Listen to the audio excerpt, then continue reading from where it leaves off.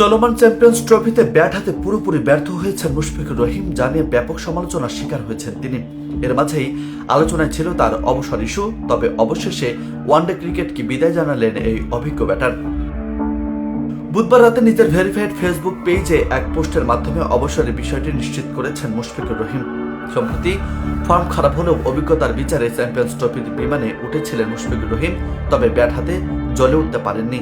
বিপরীতে দলের খারাপ সময় বাজে শট খেলে আউট হওয়ায় সমালোচনার মুখেও পড়তে হয়েছে এই অভিজ্ঞ ব্যাটারকে। শুধু ব্যর্থ বললেও ভুল হবে, দলের খারাপ সময়ে যেভাবে আউট হয়েছেন তা খুবই হতাশার। নিউজিল্যান্ড মুশফিকের আউটের পর জনপ্রিয় ধারাভাষ্যকার ইয়ান স্মিথ তো বলেই ফেললেন, কিন্তু অভিজ্ঞ এমন শট খুব হতাশার।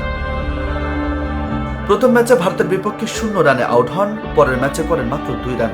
ব্যর্থতা মেনে নিয়ে এবার ওয়ানডে ক্রিকেটকে বিদায় দিলেন এই মুশফিকুর রহিম। নিজের আবেগঘন পোস্টে তিনি লিখেছেন, আসসালামু আলাইকুম ওয়া রাহমাতুল্লাহি ওয়া বারাকাতুহু। আজকের মতো ওডিআই ফরম্যাটের অবসরের ঘোষণা দিচ্ছি। সবকিছুর জন্য আলহামদুলিল্লাহ।